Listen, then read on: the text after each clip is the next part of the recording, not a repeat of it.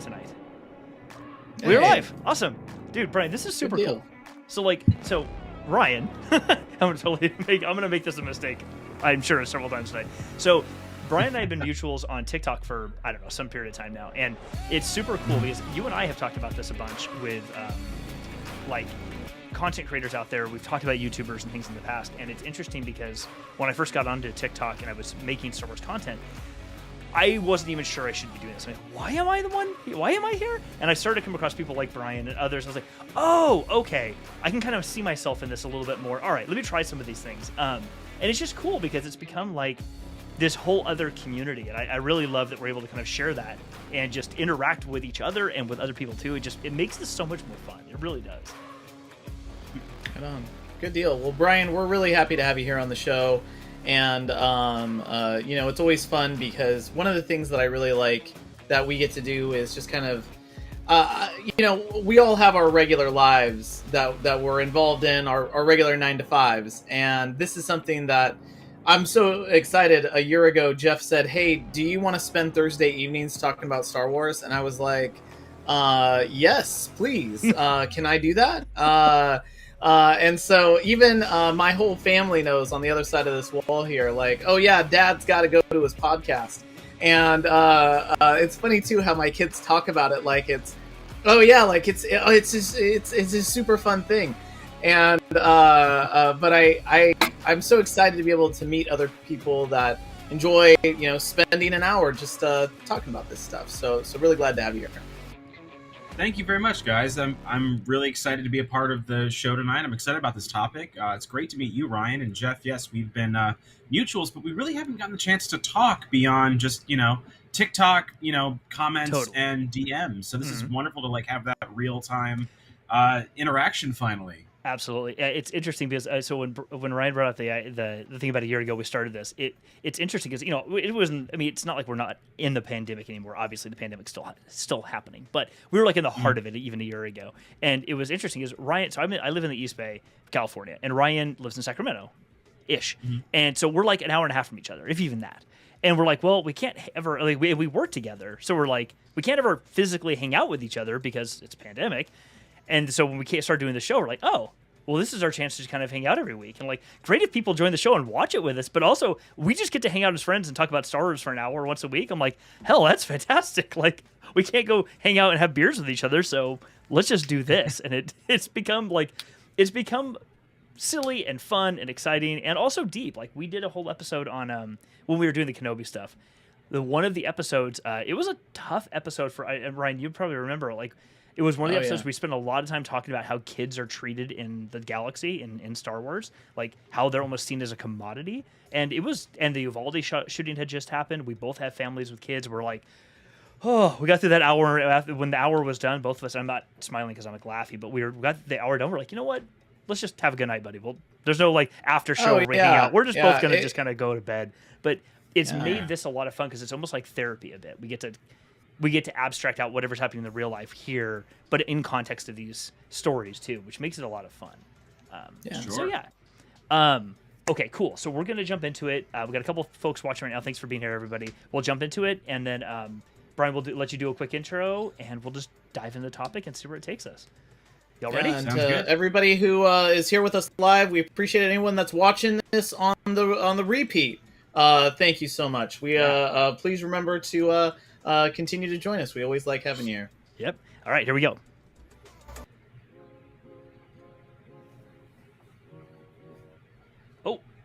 Oh. I always mess it up. Okay, here we go. I got you, Brian. Sorry. I always end up messing one of these up. Always. Let me... no, where is it? Camera. Brian. There you are. Hey. Okay, there you are. There you are. There's always one overlay I miss when I'm doing this, and I'm so used to doing it to the two of us that I have all these overlays set up, and I always end up missing one. But whatever, we're here. Thanks for being here, dude. Really appreciate it. Oh, look at that! It's my pleasure, dude. So is that one of these? This was just off camera before, so now that it's in frame, now that I got the nice widescreen, might as well bring it in. So absolutely, is that one of the the Yeti balls, or is it a different? Yeah, it's the blue snowball, so it's a step down from the Yeti, but it's the same company that makes the Yeti. So nice, I like it. It's got a very Death Star vibe going on right now. I really dig it. Oh, I was thinking it's got, it looks very much like a like I should be trying to get my lightsaber ready to deflect little blaster bolts. It's a trench drone. I like it. Yes, right when I saw it, I was like, oh snap. Oh, that looks like it could be branded. I can even see Babylon 5 in there someplace too. I totally can see. I totally can see the space station, just like the back end of the space station. But it kind of looks like. Awesome, dude. Well, thanks everyone for being here tonight. We appreciate it. Thanks for watching live or on the replay. Just awesome to have you here. Like and subscribe and all the things you do on YouTube. But Brian, you're a guest tonight. It's super cool to have you here. Friends from TikTok, would you mind just giving everyone watching a quick introduction to yourself, what you do, what you love, all that jazz? Yeah, my name is Brian Patrick Stoyle. I'm an actor and creative, currently based out of New York City. I grew up in Buffalo, New York, and I am a huge Star Wars fan ever since I was 12 years old. I got really into the movies right around the time the re-release happened on VHS just before the special editions, so I'm kind of the last vestige of 90s Star Wars fan pre-modifications to the films, Although, because it was so early on, I became a big fan of the special editions, and then also I was of an age where I could very much appreciate the prequels and everything like that. So I got to watch this fandom change dramatically over the course of my teenage and 20s years. So it's been fascinating, and I think that's really informed my personal fandom in Star Wars. Like, I love watching this as a creative medium, which is why I'm very excited about tonight's topic. That's awesome. Yeah, exactly. Yeah, thank you for being here, by the way. And actually, so two things. One, I remember when the THX releases came out in the theaters. I lived in like Long Beach, Southern California, and I remember going to see the movies like re-released in THX. I was like, wow! And there was a theater at a mall near where my parents still live, and the theater's gone, but one of the theaters in the location was this huge like amphitheater style indoors, but it wasn't super ramped up. It was like a slow slope, and then at the bottom had like a big dome with a projector with this huge wide screen. So I remember everyone, you sat in these chairs that kind of all leaned back, so all of us are in there. It was one of the few times I was totally okay with everyone clapping when the movie started or ended, because normally it drives me absolutely insane. But this movie came on, I'm like, no, everyone clap. Let's get this going. Right. The other thing was, and Ryan probably doesn't know this, but you had been posting for a while on TikTok about some Star Wars stuff that you do in Buffalo, especially at a stadium there. And it would be really rad if you could tell Ryan and the audience a bit about what that was and what you did, because it was beyond cool. Thank you. Yeah. So one of my projects that I still go back to my hometown for is I write and direct a post-game lightsaber stunt show for the Buffalo Bisons, the local minor league baseball team. They're the affiliate for the Toronto Blue Jays. They do a Star Wars night every year. And we have gone and grown this event year after year after year since 2008 to this tremendous production. There are people that come just for the lightsaber show and just enjoy a 2-hour opening act that is a baseball game. But the local fan club, the Northridge in Buffalo, is the group that has always put this on. And I am trusted by them to write and direct a show with their cosplay characters, many of them movie characters, a lot of them original characters. It's a nice mashup in between. We do a fun little, I like to compare it to like Disney Infinities or like that Marvel Superhero Squad, where it's just all the good guys are over here, all the bad guys are over there. So it doesn't matter if we have prequel characters, original characters, sequel characters, they can all intertwine and mash up over here in this field, because at the end of the day, people just want to see their favorite characters. So we create this wild, ridiculous, weird show with a bunch of lightsaber battles happening on the field and fireworks and video productions beforehand. Entirely crazy, wild ride. Oh my gosh, that's amazing. I like, I cannot wait to kind of dig deeper into this. If I can ask, is there a show in particular that you did that is like, oh man, like it was just amazing. The crowd went wild. Was there anything that really just knocked it out of the park, so to speak? Yes, there. I mean, this year was a very special year for us, just because this was the first year we've gotten to do it since COVID. We actually were just starting to produce the show for 2020 when the world shut down.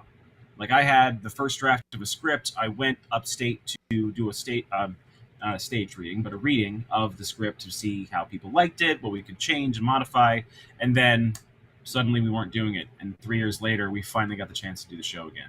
So this year was tremendous. But I will say, for what you were asking, 2017 was the year I came back to direct after taking a mini retirement, as it was.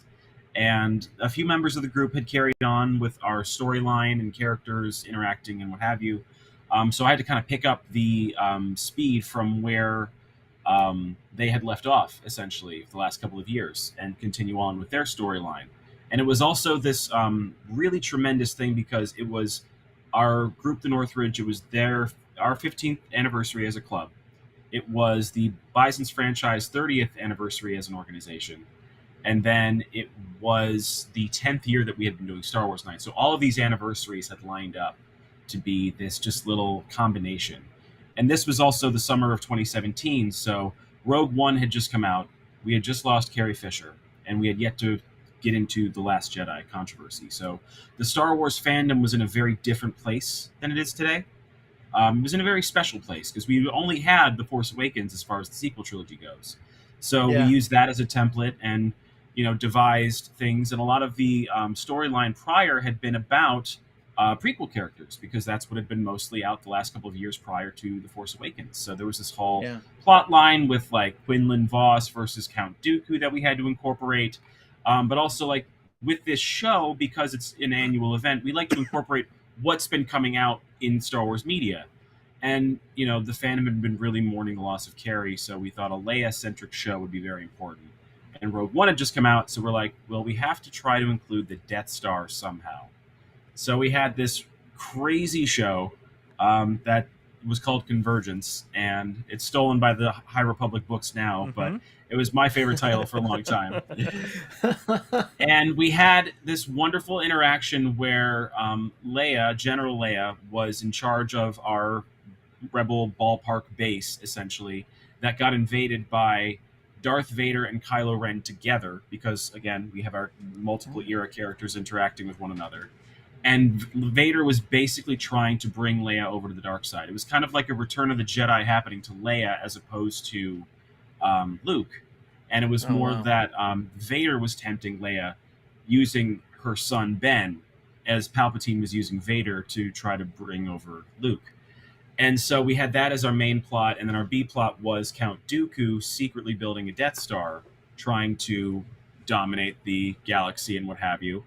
And we were just wrapping up a bunch of storylines, and it was such an emotional experience to come back and do that show after being gone for so many years. Like, I had not realized how much I had missed doing this production. I really, really loved having that in my life year after year with that group, because that fan club was my nerd family. Like, I know you guys were just talking about how, you guys are able to find your outlet to interact and share your fandom and your joy, albeit not locally. Where this was my local group of people that, we always kind of like had our, shared fandom experiences together. And I had been away for a couple of years for that. And so to come back and do that again and be able to tell that kind of story in that kind of era of the fandom, like, it just really brought the house down. It was tremendous. Oh, wow. That just really sounds like it was something special. And kudos to you for putting that type of production on. And as a fan, I always loved stuff like that. I was never one who was like sitting there, trying to play the rules on something where it would have been like, well, I mean, Vader and Ben Solo, they can't exist at the same time. I just think it's so cool that you brought something there that people could enjoy, but more than anything that you put that spin on it. But you were right. Like, that was a magical time for the fandom too. I feel like we were all so ready for Star Wars that if there's a thing that's unique about Star Wars, and it's you don't get this in Star Trek, you don't get this in a lot of other fandoms, is these giant gaps that happen, or at least used to happen, between properties. And so I remember feeling that promise of and that just real excitement again, like, oh wow, Star Wars is back. And because we had been without it for so long, and there was Clone Wars and little bits of things, but we had been without a live action movie Star Wars for so long. So I think it's so great that at that pinnacle, at that crest, you were able to engage. And by the way, that's no shade on The Last Jedi. I mean, I can go into like why The Last Jedi is like a really well put together picture and like a very smart movie, and that its effect is very similar to what happened in Empire Strikes Back in 1980. Mm-hmm. Like, I mean, that was very divisive then. But I know what you mean by it was like peak excitement. It was almost, it was at its peak level of people who were just so excited to have something again that we weren't questioning it. We were just like, this is great. Let's keep going. And I'm so glad that, people like yourself were able to connect with fans. That's amazing. Thank you. Yes. And yes, I was speaking purely in a historical academic sense about The Last Jedi's timing. That had nothing to do with personal feelings about the movie one way or the other. We've had, Ryan and I have had multiple conversations about, like our opinions of some of these movies, and Last Jedi, I think for both of us, is like one of our favorites for a whole host of reasons. But we both also kind of agree that if they had just stopped at The Last Jedi, like no shade on the ninth movie. If you dig that movie, right on.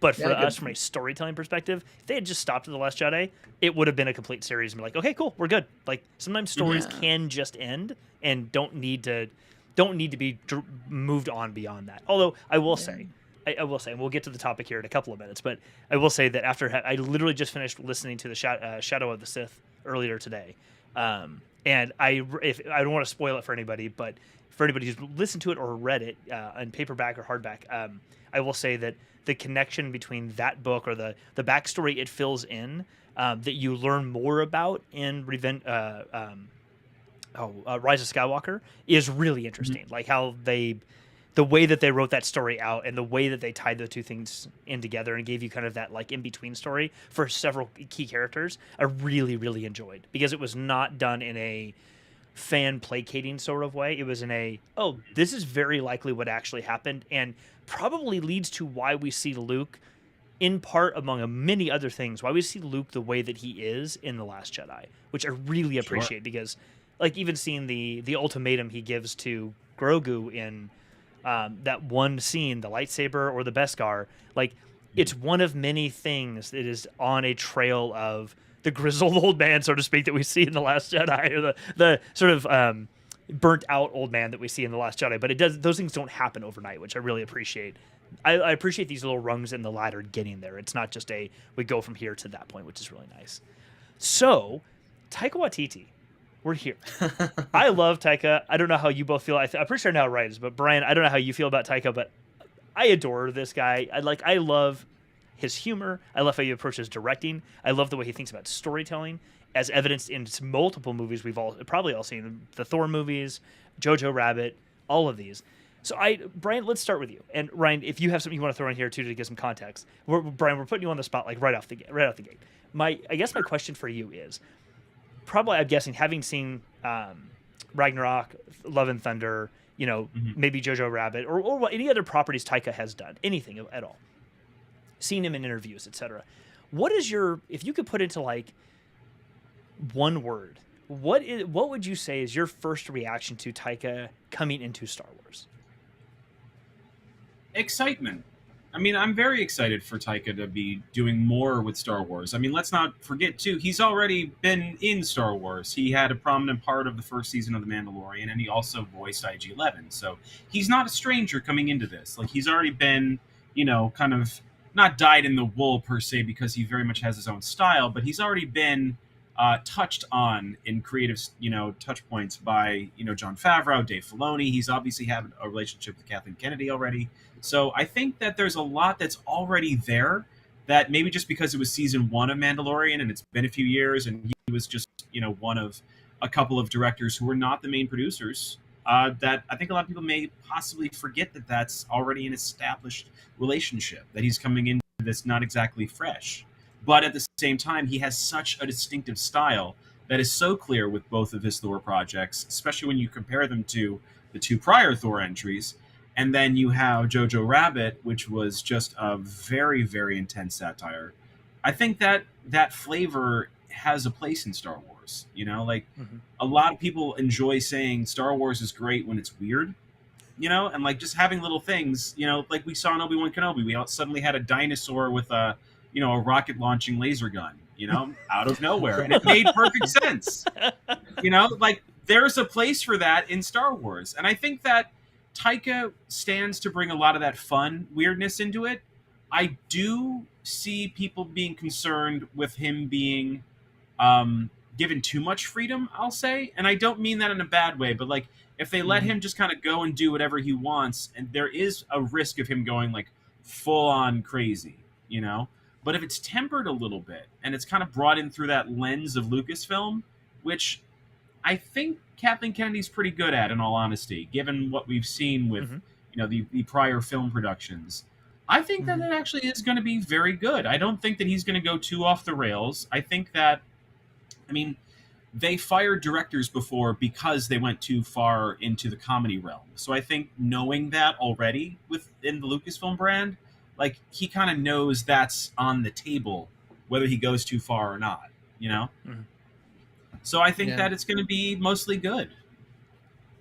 Yeah, I would agree. I this is just my 2 cents on this. One, I appreciate you bringing up IG-11 because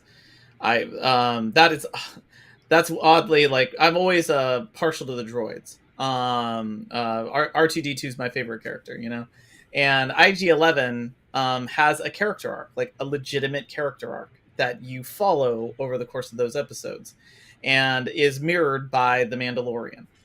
So I really like the character. I really like what Taika Waititi does in subtlety, and I know that that's like the opposite word that most people would apply for Taika Waititi. There are he knows how to like let moments land, if that makes sense. Like Jojo Rabbit has a couple of scenes that, just stop me. Like they were powerfully shot. They were well done. He's a really good actors director, which I think too you see on in his productions. You can see that there's a lot of talk on the set around like how to really bring something to life.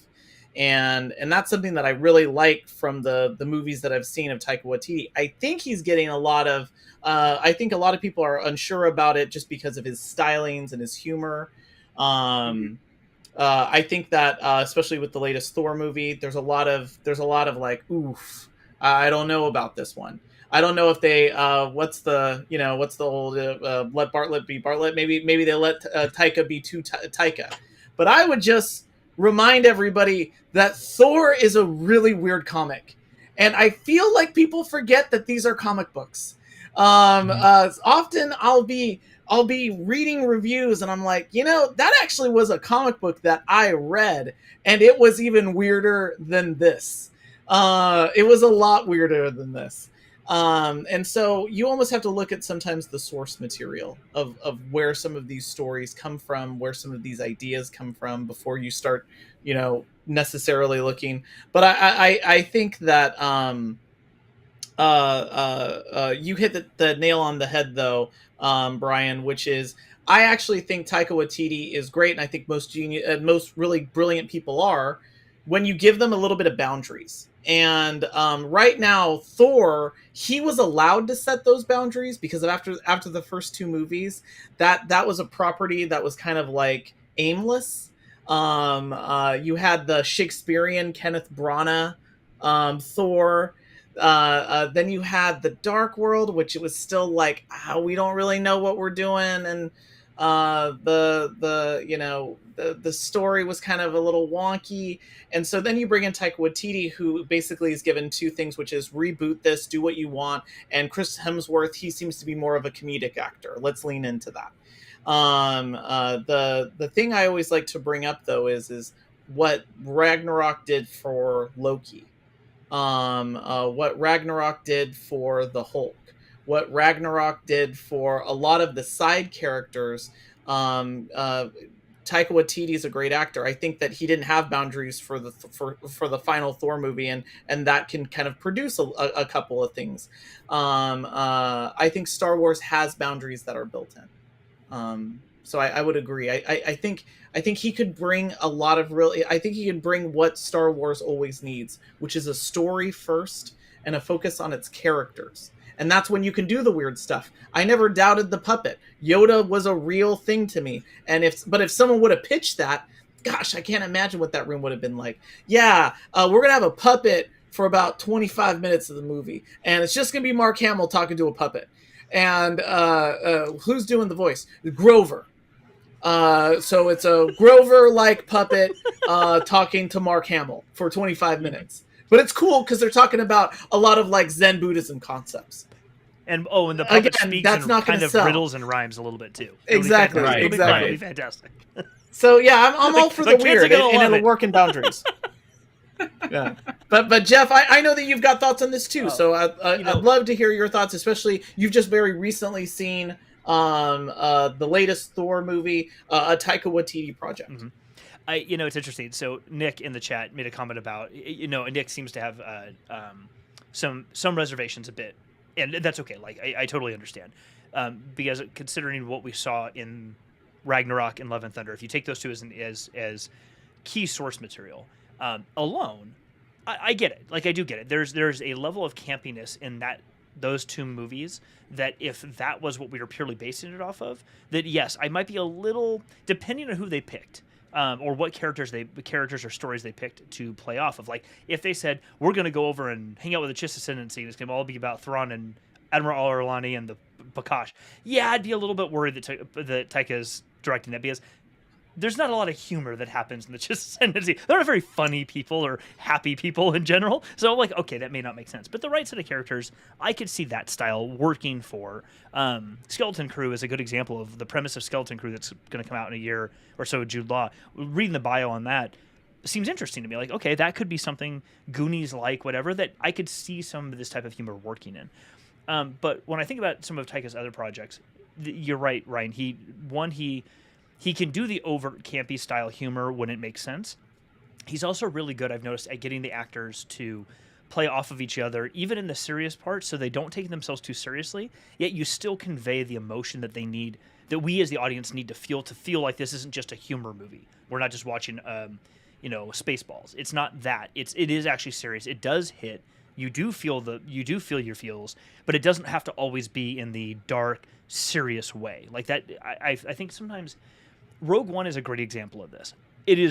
Today it is probably my favorite Star Wars movie.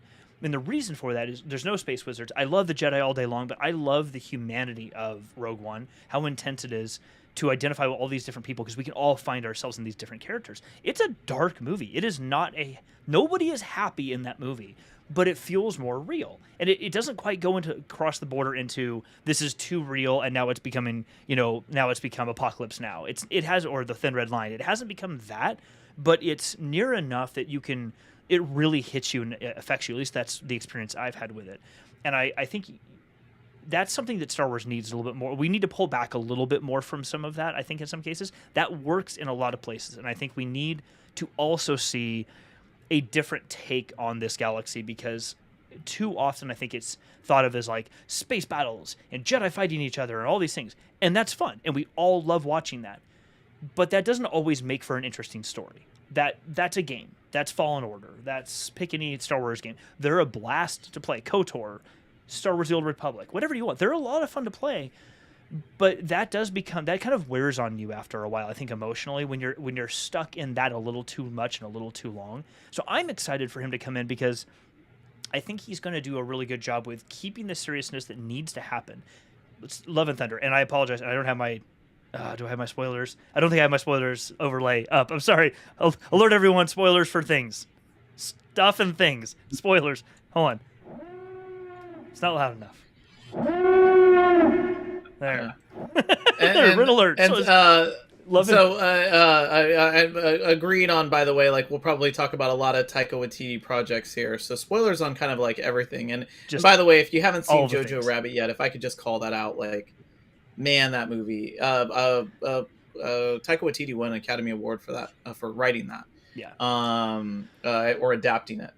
It's a really powerful movie. And if you didn't like Sam Rockwell before that movie, you will love him after that movie. That guy's amazing, and if you are a David Bowie fan, you're also gonna love it. So I'm sorry, Jeff. No, it's okay. So kind of what I was going to tie off on is that I'm excited about this because I'm looking forward to the humor, but I'm also looking forward to a wholly different way of telling the stories than we have seen before. I shouldn't say wholly different. We have obviously seen some of this and these diverse styles of telling these stories in The Mandalorian. That was such a beautiful way to see a character through different directors' eyes in multiple different episodes and to see how it changed. And to see how that character changed and the characters around that character changed based off of the director who was telling each individual story. And I think it really does open up a space for somebody like Taika to come in and do something different. And something specific I wanted to touch on is, Ryan, you made a comment about him being an actor's director. So there's an article, there's some talk about there about, or he's actually done an interview that with Chris Hemsworth, where in it they talk about, if you've seen the movie, if you haven't, I'm sorry, but if you've seen the movie, when Gore the God Butcher has this the Necro Sword and is able to summon these like black creatures, basically these shadow monsters as the kids refer to them in the movie. What he and Chris Hemsworth talk about is that literally Taika had the idea that he and a couple others were like, why don't we just have to ask the kids what would be scary? And say literally because Chris Hemsworth's kids are on the set, and Christian Bale's kids are on the set, and Taika's kids are there, and like all these actors' kids are on the set, all of them, and they're like, ask the kids, draw something that would be super spooky to you, whatever it is. And they got the kids in a room with like crayons and paper, and the kids just started drawing. And they're like, this is awesome. They hand it to a graphic artist and say, go make that. So literally all the shadow monsters were designed by all the kids on the set. And I love that because because it gets the kids involved and they get excited. And if they're in the movie, they're also excited. They connect with their own character. But more importantly for us as the audience, I didn't have to know that to see these creatures and go, there's a fundamental scariness to all those creatures. I don't even need to see all their details. I don't need to see their anatomy. I just know they crept up out of the shadows in like a cartoony way, but now they're real and these people have to actually fight them. And there was something about that. It was like, oh, this is actually freaky. And now I can see why these kids are actually so scared of these things, because they literally drew them as their scary imagination and like, oh crap, now I have to look at them. Like, I really appreciate that he did that with the actors and got everyone involved in the storytelling so that everybody on set connected with the story they were all portraying. It wasn't just, here's a green screen and some lines. Not that it ever really is that, but it's not that. It went way beyond that to really, not even method acting, but like just getting everybody completely immersed in the world building that they created to make this movie happen. And I'm really excited to see how he can bring that focus into Star Wars. Because honestly, I think it's needed. I think we need fresh and new and an alternate way of viewing these things, and I'm hopeful that he's going to be able to do that. And Brian, feel free to chime in. Like, we can just keep going. Brian or Ryan, feel free to keep chiming in. No, I very much agree. I think that he has such a distinct vision that he has shown through his latest projects. There's definitely a brand of humor that may be a little more, I don't want to go so far as to say sophomoric, but a little bit more ridiculous than we will have seen in Star Wars, with a possible exception of like Jar Jar Binks, which is. But I will say Jar Jar is underappreciated in Star Wars because that really is just your classic Buster Keaton, Charlie Chaplin jokes told through a very interesting lens. And yes, in The Phantom Menace, not every joke lands, but like that tradition of comedy is from very classic sources. And a lot of Taika's stuff comes from very classic sources as well. Yeah, I just want to chime in really quick. Jeff, I'm going to spoil a thing that I was building for TikTok later, which is the 5 things that I want from the Obi-Wan show. And the first 4 are, I need it to end. I'm okay with it, just the Obi-Wan show ending. Like, I don't need a second season. I liked walking off into the desert. But then my 5th thing, my number 1 thing is, okay, if you do a second season, bring Jar Jar back. Except this time he shows up and he's like, "Hi, I'm Jar Jar Binks." Oh no, when you met me, I was like really immature because I was really young, and a little now stoned I talk all like the time. This. Now I'm good. Now I'm a lawyer Binks or something. I'm serious Binks, and I bring back everybody, bring that back, except to put a totally different spin on that character. 100%, I will watch the second season of Obi-Wan. And watch some type of odd couple dueling of Jar Jar and and Obi-Wan. And Newt Gunray. No, I'm just kidding. Sorry, that's yeah. terrible. Bring back on Nobody and wants best. Newt Like, I'm not Gunray joking back. around. Nobody Like, wants Newt Gunray. Like that can just go away. yeah, I saw that. I see this comment here. Law and Order Binks. I was looking for my button. My audio button for Law and Order is gone. It doesn't work anymore. I have come a long way around on Jar Jar Binks, and I still think that seeing the Phantom Menace was still like cinematically like I could also make and Jeff knows this in earlier shows, like I will stick to my guns and say episode 1, like I can make a fight that's like a solid film. It's got blunders, but it's a solid film. And it is possibly the most cinematic of all of the movies. It's got a visual story, but again, if you're gonna have a second season of Obi-Wan and you want to keep bringing things back, don't ignore the things that maybe didn't land well the first time. Like, bring them in. I always think about how the Ferengi were introduced in Star Trek Next Generation, and they were like, oh, they're a villain, and then they were like, oh man, these guys can't be villains. And then Deep Space Nine like made them really interesting and multidimensional. Again, bring in Lawyer Binks. Bring in a serious Jar Jar. It's been, what is it? You can even say like, oh no. When you met me, I was like a child. So now I'm like a middle-aged Binks. And make him like Walter Matthau. But anyway. I'm not joking around. Like, seriously, like I feel like that's where you take that character. But if I could ask, that's all right. Ryan's internet has like been a little choppy for him. No, see, my network failed me right as my network. You had the failed me important right question, and your network's like, no, Ryan, no. Oh yeah, exactly. So Brian, I have a question for you. You were really excited about this topic about Taika Waititi. Mm-hmm. If I could ask you, like, is there a specific property of his that you really like? Is there something that he does that you really like? What is it that really kind of sparked your interest in the topic tonight?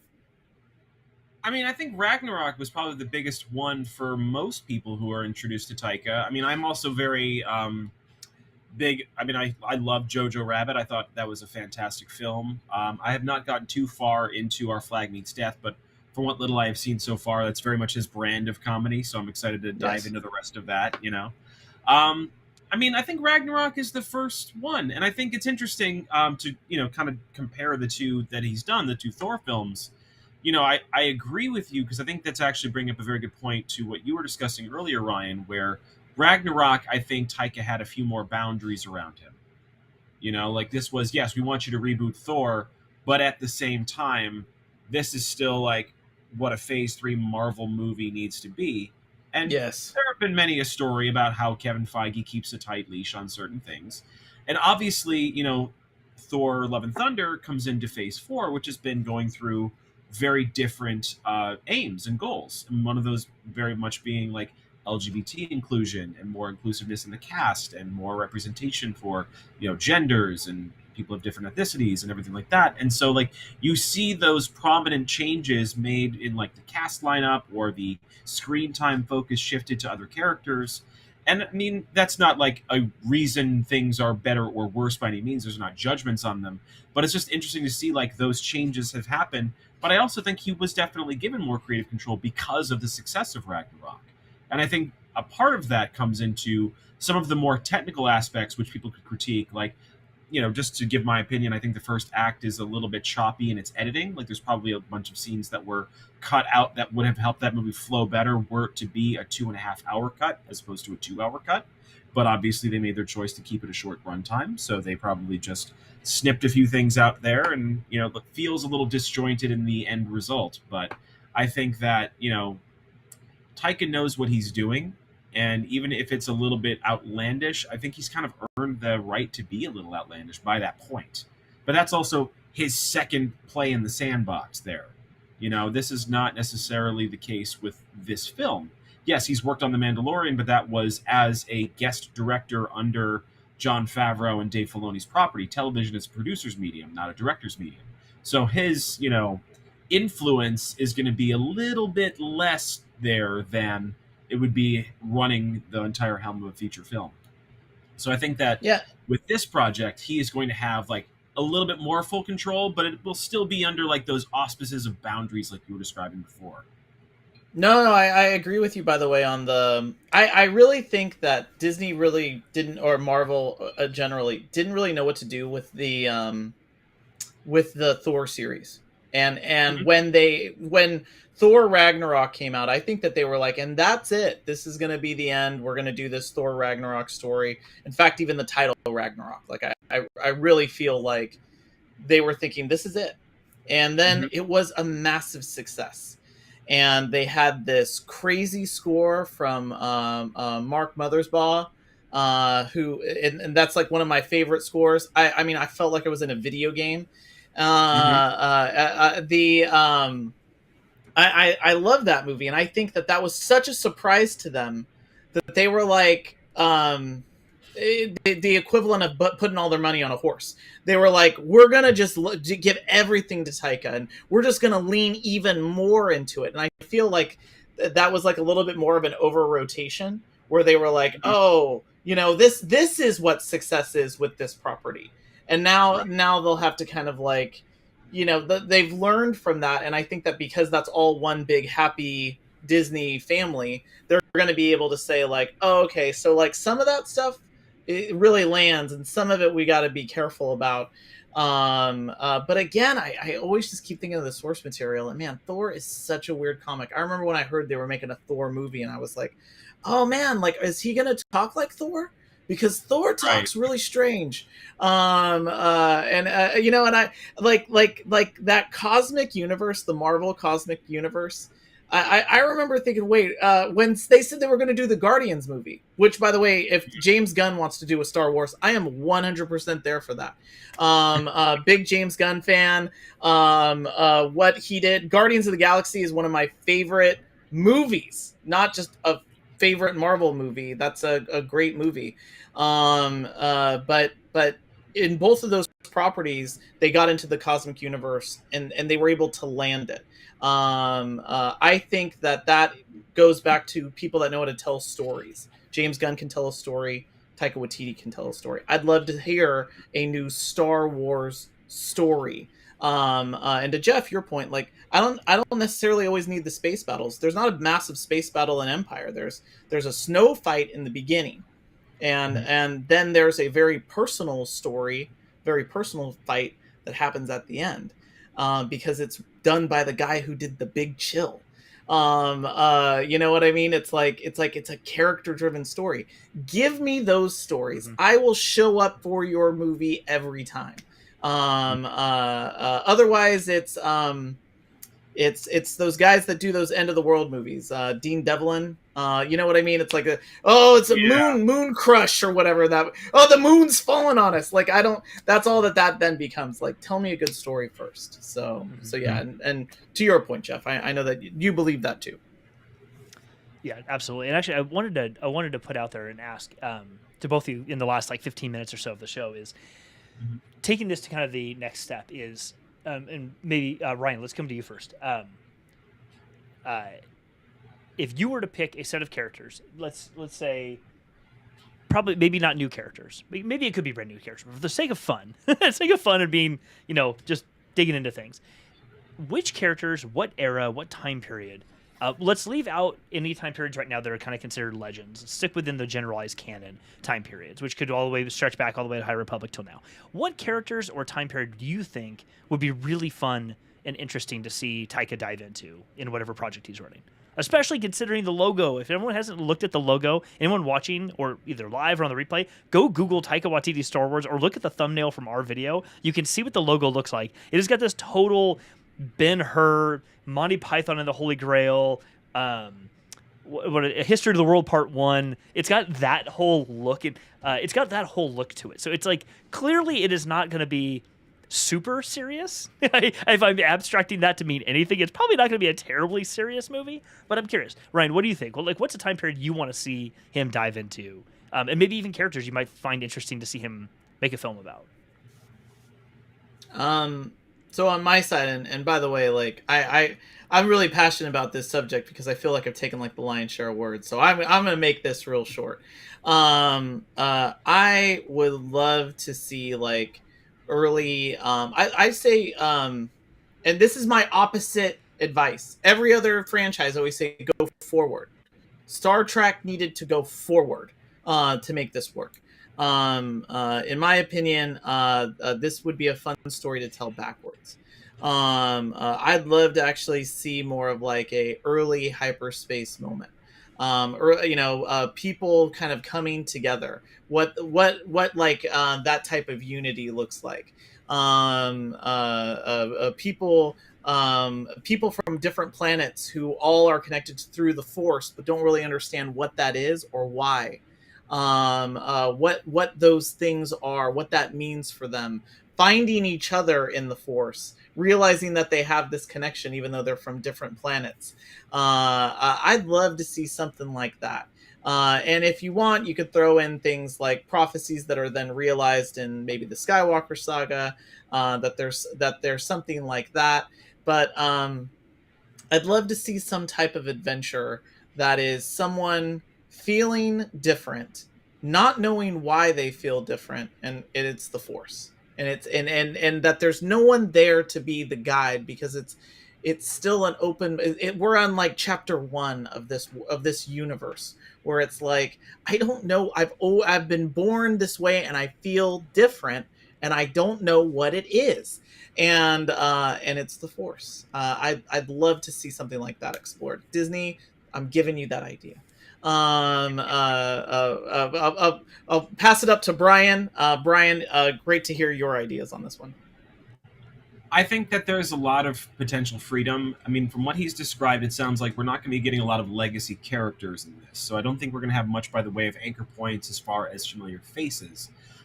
So I think that there's a good chance that we could have something at least maybe set near galactic events that we know so far, but not anywhere geographically near there. Like, this could be during the Battle of Yavin, but it's out in wild space, so nobody knows what's going on. And there are no Jedi or whatever their, templates for the Force power or whatever the thing is.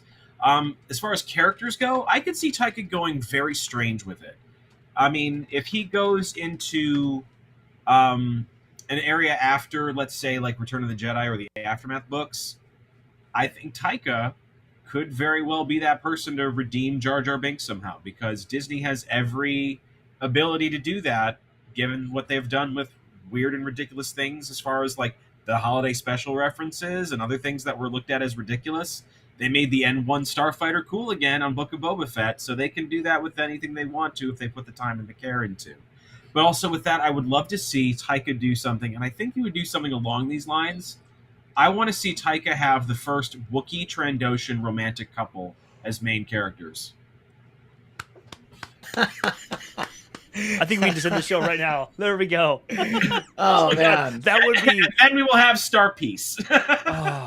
We're bringing our cultures together. Decrease the violence, increase the peace, man. Right. I love it. Oh, my gosh. That would be cool. I love that idea. Actually, the whole time you were talking, I'm like, are we just going to get, like... We're just going to get a Kevin Scott, like, Jackson movie? Because that would be super cool. Like, that would be... I could see Taika doing that. No, but I like that. They don't do enough in general in wild space or in the unknown regions. They just don't. And I would love to see more of that, specifically wild space, because it's, well, I should say both, but wild space is interesting, especially coming out of some of the Thrawn books with Eli Vanto and those characters talking about how wild space is thought of as like, basically thought of as like what, is very stereotypically thought of as like the U.S. South, where like in years past where people look down on them, like the accents and things like that. There's a massive stereotype that they play on for like a very positive purpose in the story. But I could see that because there's so much that happens like almost in wild space that, or in the fringes of wild space that we've read a little bit about in some of the books that, that indicates exactly what you're saying, Brian, that like a lot of times the larger galactic events that people in wild space are like, okay. Stuff's happening, like whatever, man. I'm just gonna go back to my shipping business or whatever I run here, and they'll sort that out over there. Those core people, they'll figure that out later on, and we're just gonna get back to what we were doing here. that's what Tatooine was supposed to be until they put every other movie set on that planet. So, you know, we just got to go further out into wild space now. Exactly. No, and as someone who's from Modesto, which is Tatooine, it's like the Modesto is not that popular. Like it is only Tashi Station. That's it. Like there's nothing else that's there. And every time there's always like, oh, we got to get to Tatooine. I always think no one would be like, we got to get to Mexico, but to Modesto. We got to get to Modesto. So yeah, it's just funny as someone who grew up near there, born there. All like Luke, all I wanted to do was leave it. Grew up on a farm. And by the way, that's no shade. Like I love Modesto now, but when I was a kid, I wanted to go. Right. Like, I mean, it's nowhere. It's the desert, but it's also the birthplace of the maker. So I mean, like both are kind of applicable as important, but at the same time, not. Exactly. I was thinking I'm going to go a little bit different direction I think than both of you. I was thinking two things. One, it didn't dawn on me till just before the show that he's not directing it, but it would be really cool to see what he would do with a show like Skeleton Crew, Jude Law and the kids, and like that sort of like 80s Goonies style kids adventure show, because I think that could actually be a really interesting thing for Taika's style to play well within, like the humor amongst kids and all that could be really interesting. But I would really love to see him do something in the High Republic. I would love to see him, because we've got, you know, Brian, I know you haven't really read any of the High Republic books yet, which is totally fine. Brian, I think you've even posted about reading a fair amount of the High Republic, right? I'm like maybe halfway through phase 1 right now. Okay, so yeah, perfect. Enough to know vague concepts and stuff. Totally. Yeah. So it's I that's where my head's going for this, is because the characters, and Ryan, you and I have talked about it a bit, or I've introduced it a few times on the show, but the idea that the Jedi, because it's a heavy focus on the Jedi, at least so far in phase 1. And it's interesting because the Jedi, the way that they show the Jedi in the High Republic is basically the dogma that we see and the state that we see the Jedi Order in anywhere in the Skywalker saga at any point is this.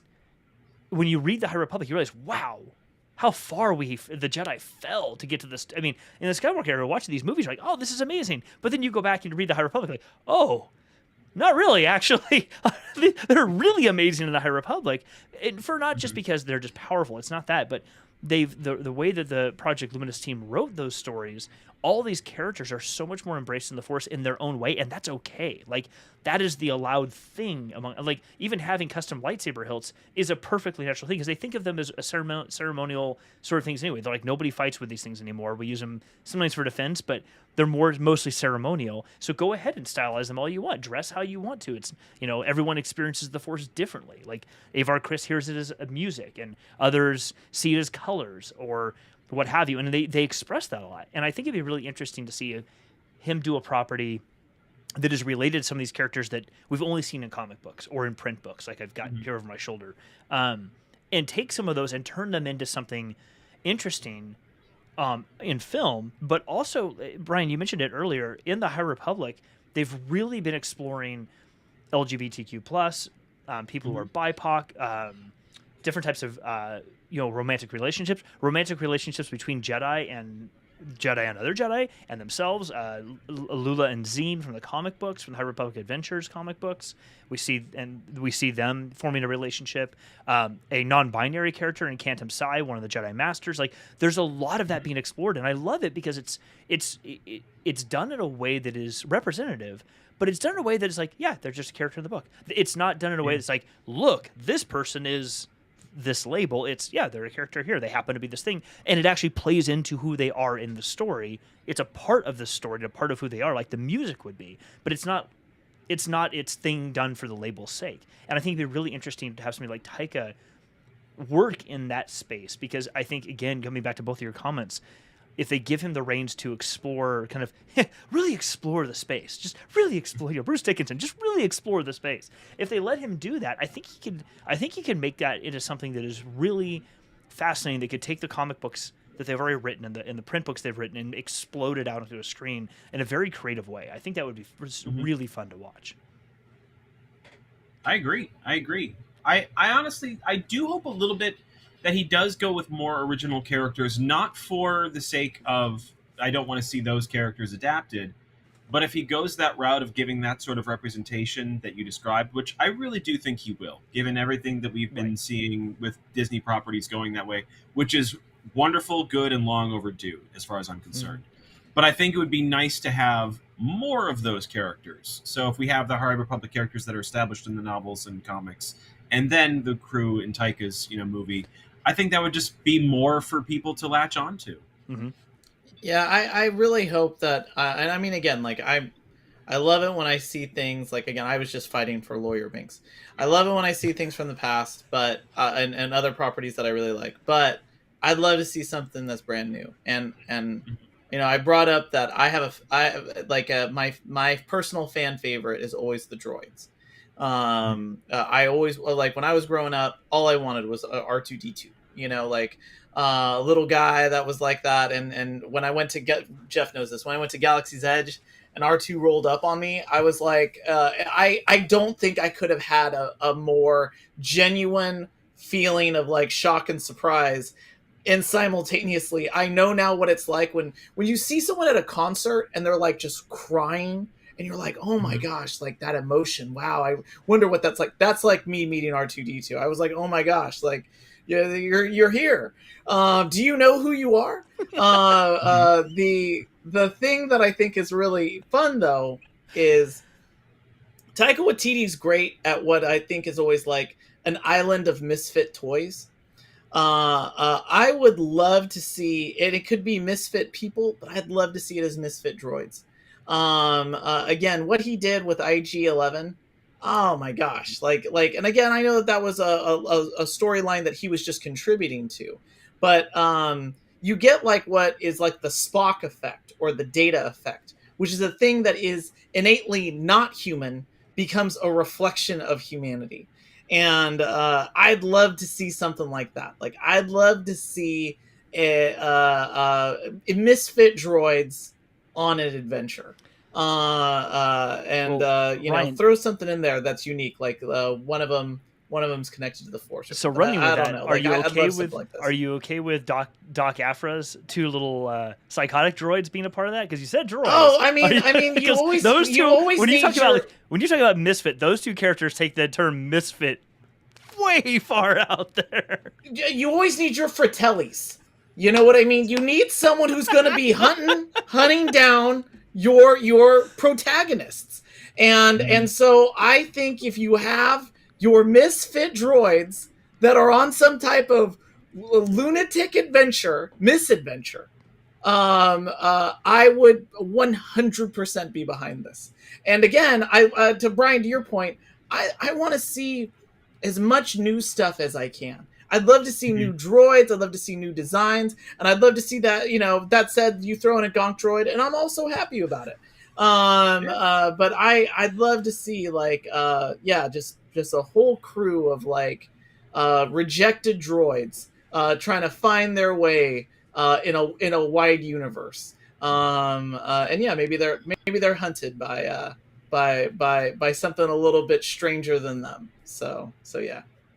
You just gave me like a fascinating idea, and I doubt this is going to be what they do. I really doubt this is where Taika's going to go with it, because we've already had so many properties already in this space.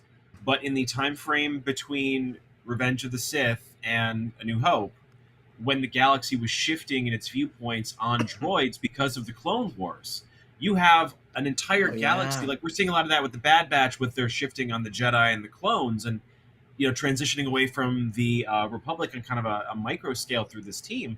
You could have that like droid, xenophobia kind of pop up and have that like rejected feeling or something in that era too. And it would just be so interesting to see like a bunch of droids go, where do we go now that nobody wants us? Or hey, we're gonna go to the spice mines of Kessel. Your droids? Yeah, we don't serve them here. By the way, that line to me always spoke volumes. I remember when I watched the trailer for episode 2, and I saw the at the time it's Anakin, and he's talking to a Jawa in front of the big Jawa thing, and then you get someone talking in the background. They say they came at night And and it's really they're talking in that this isn't what ultimately happened. But I watched that and I thought, oh, this is why Tatooine hates droids, and this is why the Jawas have all these big things. Those are droid carrier ships, and droids are being dropped on these planets, and they're running havoc. And that's why the whole universe is like, oh, we need these clones to come in to deal with these droids that we're fighting against. And it's kind of like a give a mouse a cookie or the lady that swallowed a fly kind of a thing, where it's like you think you're going to solve a problem, but you create another problem. But that would explain. I've always thought there's got to be something there. Why is that guy like, your droids, we don't serve their kind of, they got to go outside. I'd love, and I feel like Taika Waititi's got his finger on like making funny, weird things really, really cool. Lean into the droids. I'd love to, I'm here for an all droid movie. Sign me up. I like your idea. I like that time setting too. I think that could actually, that could be perfect. Right. Ah. Well, if Taika won't do it, hire us, Lucasfilm. See? Yeah, exactly. We just have ideas for you. Dave, yeah. Filoni, if you're out there listening, no problem. We are more than happy to consult. Just ping us. Just hit us up on the Twitters. We'll be happy to consult for you. A little brain trust here. It's totally fine. We got you covered, buddy. Yeah, we gave you the first idea, though. This second idea is ours. We're like, our name's going to appear in blue text at the end of the movie. Yeah, there's going to be a little more than a crisp high five for that second idea. It's got to be a little bit more than... And sorry, real quick, Tall Boy, I saw your question about would you rather have a Star Wars comic book series book. I'm not sure exactly what you're asking, but are you asking if we want to have a comic book series turn into an audiobook? I don't know. Clarify if you can, but yes, absolutely. I mean, any of the comic books, turn them into trades or a big graphic novel for all of Phase 1, like the High Republic, and turn it into an audiobook. Yeah, absolutely. But I will say, Ryan, you and I have talked about this before. It's something I absolutely adore about the comic book medium, and I only got back into comic books when the High Republic came out. I collected them, and I read when I was in high school, Image comics when Image first came out. So I've got first editions of Pitt and like US Patriot or whatever, like all these other Savage Dragon and all this type of stuff. But I haven't collected since the 90s, and I got into it, and I realized something that I really love, which is, in text-based books, when you're telling a story, it's 100% your imagination as the reader. You get the text, you get their saying, but it's all your imagination. Everyone's imagination is going to think of something that is totally different from the next person, and that's great. Whereas when you watch a TV show and a movie, all of your imagination as the viewer is taken out of it. It's all the other person's. You just get to sit back and be entertained, which I think is also why a lot of people end up almost having binary opinions about TV shows, whether they're animated, live action, or movies, because you either like what that storyteller did or you don't like what they did. I mean, there's nuance, of course, but a lot of people tend to be like, I like it or I dislike it, and I have some other little opinions. But comic books I love because you get the written text that some author like Kevin Scott or Charles Scholler, the 100 other amazing comic book writers out there. And you also get enough artwork to give you a bit of the story that they are trying to convey, but there's only so much that can go into any one of these panels, and there's a huge gap in most cases between each panel.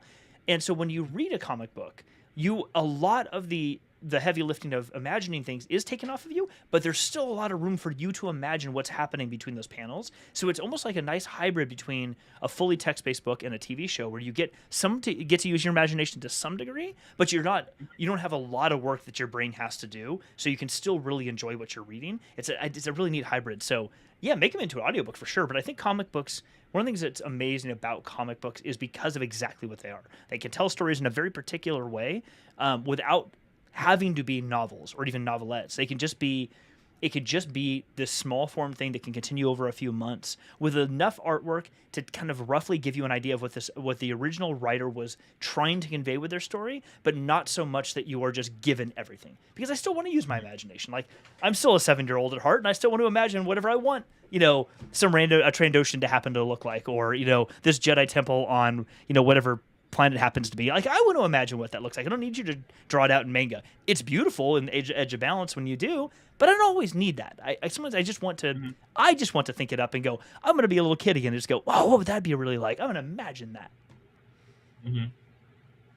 That is the beauty of the medium. I mean, no, you're absolutely right, and it's nice that you get to have a lot of that weight taken off of your shoulders, like you said, but you get to fill in the gaps, and you get to kind of Yeah. like you almost become the movie maker. I mean, comic books and the storyboarding process of filmmaking are very very similar. I mean, they're that process is so strikingly similar because you're using still images to tell a moving picture story. So your brain is just kind of wired to add movement and direction and pacing. And, obviously when you have your comic panels, you're changing the camera viewpoint all of the time. So, you could be filling that in and adding new things and, that may not even be present in a panel in those gaps as you're describing. So it's a fun, extra level of interaction that you don't have with the other mediums available or media available to you.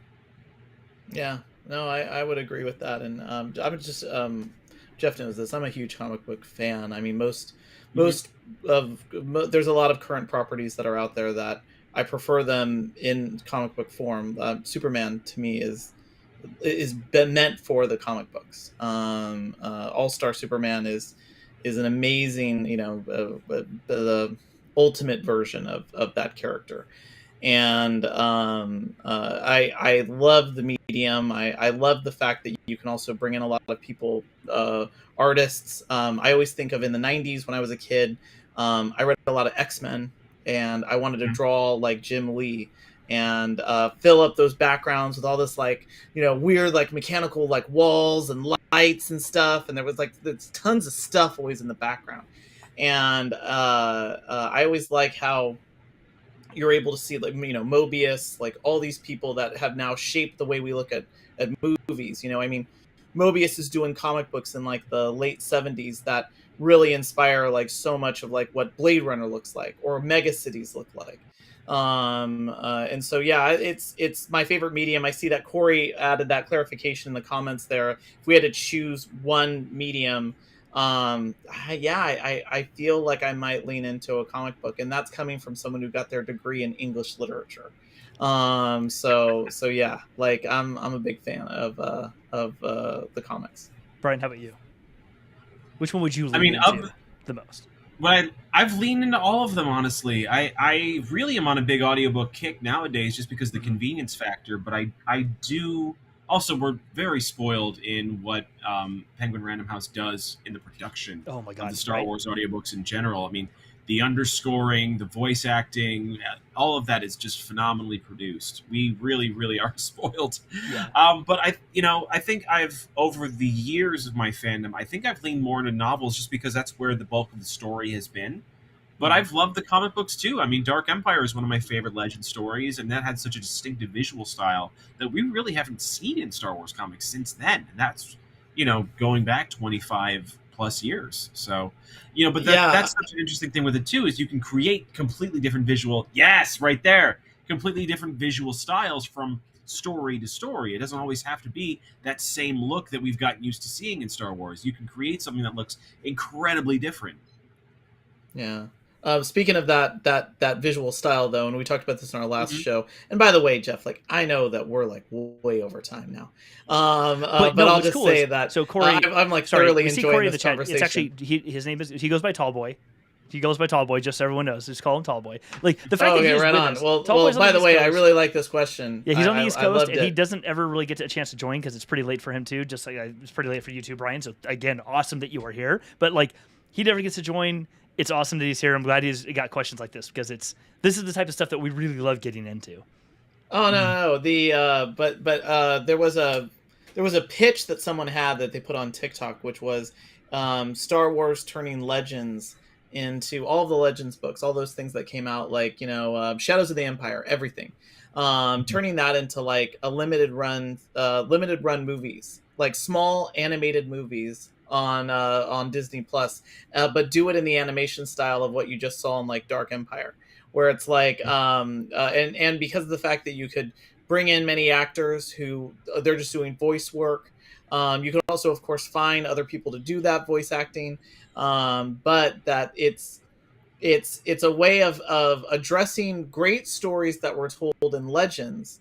Low production value, because you're low production value meaning you're not doing live action but you're doing animation, but do it in a 2D kind of classic you know, 80s, early 90s animation style. I was about to say Voltron, but that's like a totally different I was thinking like animation style. Transformers or Thundercats or something. Yeah, like more like what you just flashed up there, the cover of that novel, which was very much a Star Wars look of like what Star Wars looked like. And so that would be, and that would give it a unique visual style away from all the third dimensional animation that they do. And likewise, it's like it's kind of an infinities item, just like what you were saying, where it's like you can just say these are stories. This is a big universe, and we're just going to allow for these apocryphal stories to exist. I thought that was really like a cool idea. And I'm not taking credit for it because it was something that I saw on TikTok. But I just bringing up that visual style of Dark Empire, I thought, yeah, like I'd love to see like you know, small little movies. They could be very, very short, but focused on those legends stories, bringing that back to life. Mm-hmm. Yeah, and I was gonna say I love. I've been getting more and more into not just comics, but like the trades and graphic novels. There's a series. This is not Star Wars related, but there's a series on Netflix. I don't know if either of you have watched it, called The Dragon Prince. It was a Netflix. It's a Netflix original animated series. Really amazing. Like it's got good humor, but it's also very sort of like high fantasy, like various elemental elves, dark magic for humans, dragons, things like this. Netflix created it. It's their property, and they had made a few seasons of it. They called books. Up until the pandemic started, and they had to stop making things for the reasons we're all aware of. But in the midst of that, they started publishing a run of graphic novels. They're aimed toward, the whole show is aimed towards a younger audience anyway. Sorry, it's not focusing on my book for some reason. There it is. This is the third one that just came out. I just received it. But it's to both what both of you were saying. Like in this, the artistry is very, and it's written very much like centered on kids or, you know, middle grade or young, you know, youth. But what I love about, and you both said it, what I love about it is they have these TV series or TV seasons that they can run. They haven't for a couple of years, and they were going to be doing these books anyway, but they can tell one story. They can pick one thing that may have been mentioned in an episode or what have you, and just go grab it and run it just in a book by itself. It's just stand off. They don't have to make an animated show, all that. They can just say, hey, that one story somebody mentioned, yeah, it's right here. You can just go read that. You know, it's 50 pages or 50 or 75 pages long, and you'll get the whole thing. You'll get what you need to know about that, and you're good. And you get the visual style, but you get that one story. And it's something I love even about the Star Wars comics and many others, where you have the movies and animated TV shows, all this stuff. But you, to your point, Brian, when you read the books, like that's where the bulk of the story in Star Wars is actually happening. You read the books, you will learn Star Wars. The movies and stuff are all fun. They're the entertainment. The books is like, if you really want to read stories or consume stories, that's where it all exists. And I love the comics because it can fit very neatly in tiny little pockets all throughout those books or between those books. They don't have to run for very long. They can be 4 or 5 issues, like Crimson Reign that just came out. We learned all about Kira and the Crimson Dawn Empire after the fall of whatever the dude's name was. I can't remember his name, but like after the, like end of Solo to like a certain period of time, we can get this run that's like 6 books long, comic books long, and that's it. You know, sure, is there more that could be told? Absolutely, but they don't need to. It could just be this, and look, you get one little story. It's told in arrears. It's told by somebody like quite a bit in the future who's reading you back the story from some time ago. Oh, I love it. Oh my gosh, I didn't know this about that character, and it sets her up for other things potentially. But Ryan and I had talked about this once before. It's almost this sort of like, not what if, but almost sort of like the timeline style of storytelling where you're like, I'm just kind of moving through hyperspace, and every now and again I open up a door and I look through and say, oh, what story is happening here right now? And I watch that story for a little bit. Oh, that's kind of cool. Close the door. I could keep watching it, but you know, I'll time to change the channel and go see what's happening in this next little story. And I think comic books do that. Tallboy, to your point or your question, I think comic books do that amazingly well, so that you do not have to consume all these other books like on my shelf here or watch the movies. You can read a short comic book run and go, oh, well, that was fun. You don't have to consume anything else. You can just get really entertained. And also, if you read these books or watch the movies, you'll get, oh, yeah, remember the thing that connected in this stuff. You can get that, but it's not required. Like, you can just read these books and just really be entertained and have a good time with a story, and that can just be the end of it. And I think that's what makes what they've been doing with the High Republic specifically, and Star Wars more broadly in the last few years, I think, is really opening up all of this galaxy, all of this world building to a much, much bigger audience, not just ages, not just backgrounds, because everyone can find a way to consume Star Wars that works for them, and you do not need to consume any other part to be entertained and have a great time with it. All right. I know we're running a little bit late, and I know it's late for you, Brian. I really appreciate you sticking around. Really appreciate it, dude. Because it's probably like, what? We're past right 1 a.m., so 1 it's already tomorrow for you. Thank you so much. What is the future like? What is it like in the future?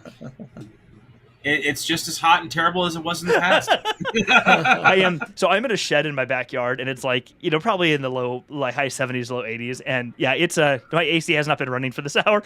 You probably can't tell, but my head's getting a little glistening at this point. Well, listen, dude, thank you so much for being here. We really appreciate it. It's been super fun. I don't know, any final thoughts you have before we wrap up? I'm just very excited. I think that Taika's movie is going to be fantastic. We don't have enough information yet beyond, speculating what, based off of his previous projects. But this is the really fun time to be a fan, because this is when there's nothing proving our imaginations wrong yet. This is just like in 1997 when we had concept art of Coruscant and Liam Neeson's headshot. It's like those are the only pieces we know of the Phantom Menace. Or we have, Disney just bought Star Wars and Episode 7's coming out in 3 years. And you go, oh my gosh, what's going to happen next? We know nothing about this story. We know nothing about these characters. And that's so exciting. Like, this was so fun to just speculate and go off in crazy different directions and whatever, So as much as there might be a bit of worry or insecurity just based on how well or not well a movie was received or performed at the box office recently, that's still a completely different story for what's going to happen when this movie comes out in 2-3 years time. So I say we just let ourselves enjoy the sandbox of imagination until we know more. I really like that. I like that. Enjoy the sandbox of imagination. That's cool. I think it's a really good way to leave the show tonight, man. Well, Brian, dude, thank you so much for being here. Really appreciate it again. Everyone go follow Brian on TikTok, BP Stoyle on TikTok if you haven't already. And I don't know what other socials you're on, but I'm sure you're out there on all the socials too. It's super cool to have you, man. Ryan, as always, it's awesome to be here with you too. We are going to wrap up. Catch us every Thursday at 9 p.m. Pacific time, and we will see you all next week. Thanks for being here.